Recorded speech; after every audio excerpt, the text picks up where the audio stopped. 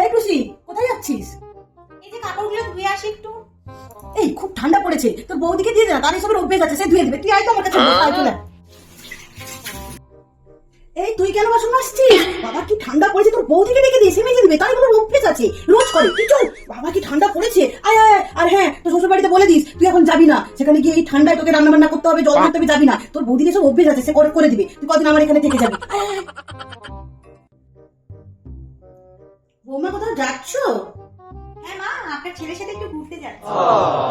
তা তোমার টুসি দিদিকেও সাথে নিয়ে যাও। এ মা, কি বলছেন? বাইরে কত ঠান্ডা, বেরোনো যাচ্ছে না। দু চারটে চাদর নিয়ে বেরোতে হবে। আর সব থেকে বড় কথা, টুসিকে ঠান্ডা লেগে গেলে কি হবে বলুন তো? জ্বর এসে যাবে, ওষুধ খেতে হবে, এত কিছু দরকার নেই। আমি আর রোগী ঘুরে আসি, আর বেশি ঠান্ডা লেগে গেলে রুম হিটারটা জ্বালিয়ে নেবেন, ঠিক আছে? আসি। হ্যাঁ।